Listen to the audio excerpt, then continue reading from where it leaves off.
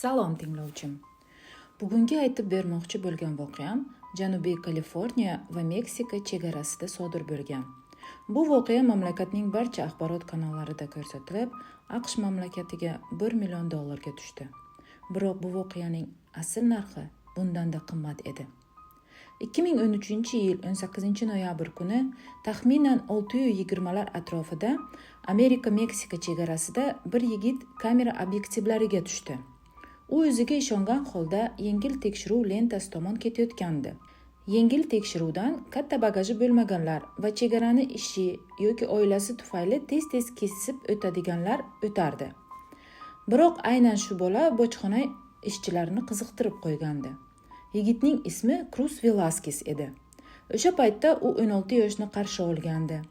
Bojxona ishchilariga do'stini oldiga bir necha kunga ketayotganini aytgandi.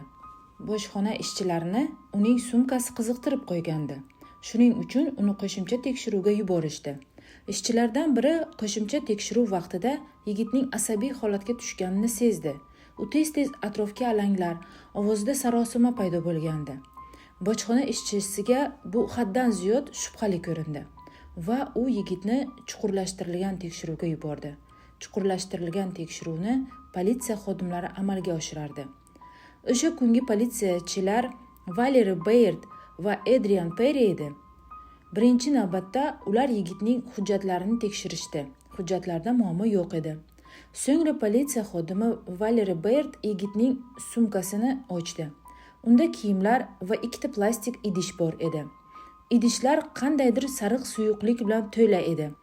Aynan shu suyuqlik politsiya xodimlarida katta shubha uyg'otgandi. Har yili Meksikadan Amerikaga kontrabanda orqali tonnalab narkotik moddalari o'tkariladi va jinoyatchilar har safar ularni o'tkarishning yangi usullarini o'ylab topishadi. O'sha paytning eng tarqalgan va mashhur usullaridan biri narkotik moddalarni suyuqlik holatiga keltirib o'tkazish edi. Politsiya xodimlari bu usullardan xabardor edilar. Ular plastik idishlarni uzoq vaqt ko'zdan kechirishdi.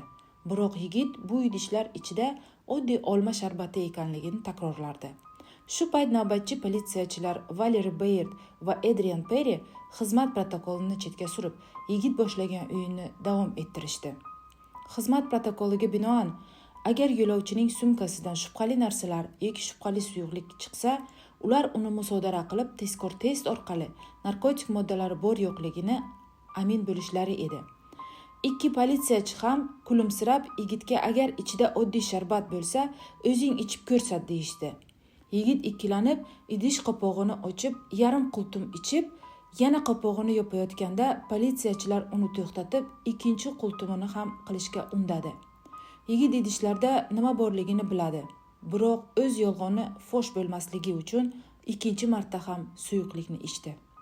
Bu orada politsiya xodimlari ham allaqachon yigitning yolg'onini fosh qilishgandi. Biroq yigit o'ynayotgan o'yinda bular ham kirib ketishganini payqashmadi. Politsiya xodimi Adrian Perry yuzidagi kulgisini yashirmay, yigitga ikkinchi idishni ham beradi. Yigit orqaga yo'l yo'qligini anglab, ikkinchi idishdan ham tatib ko'radi. Bu orada politsiya xodimlari ishni davom ettirib, yigitga ahamiyat berishmaydi. 2 daqiqa o'tar o'tmas yigitning ahvoli o'zgarishni boshlaydi. U terga botib, boshi aylanayotgandi. Shundan so'ng iz oluvchi itlarni keltirishganda yigitning badanidan chiqayotgan teri hididan it o'zini bezovta tutishni boshlaydi. Endi gumonga o'rin yo'q edi. Yigitni kishanlab so'rovxonasiga olib ketishadi. Bu orada birinchi qultumidan yarim soat vaqt o'tgan edi. Ular hujjatlarni rasmiylashtirish uchun politsiya stoykasiga kelishgandagina yigitning ahvoli og'irlashayotganini sezishdi. Politsiya xodimi Valerie Baird yigitning yuzini ushlab ko'rganda, uning butun tanasi yonayotganini ko'rdi. Shu zahotiyoq tez yordam chaqirildi. Yigit esa yuragim deb baqirardi. Navbatchi doktorlar tez kelib yordam ko'rsatayotganlariga qaramay, 16 yoshli Cruz Velasquez dahshatli tarzda narkotik moddalari peredozировкасidan birinchi qultumidan 2 soat o'tib hayotdan ko'z yumdi. Anglagandirsiz, 2 plastik idishlarda haqiqatdan ham narkotik moddalari bor edi. Cruz Velasquez kontrabanda guruhida yangi odam edi. Bu uning birinchi ishi edi. Bunaqa guruhlar aynan voyaga yetmagan yigit-qizlarni ishlatadi. Chunki voyaga yetmaganlar chegarada ko'pincha tekshirilmaydi va qo'lga tushgan taqdirida ham ularni bir necha oy qamoqda ushlab, Meksikaga deport qilib yuborishardi.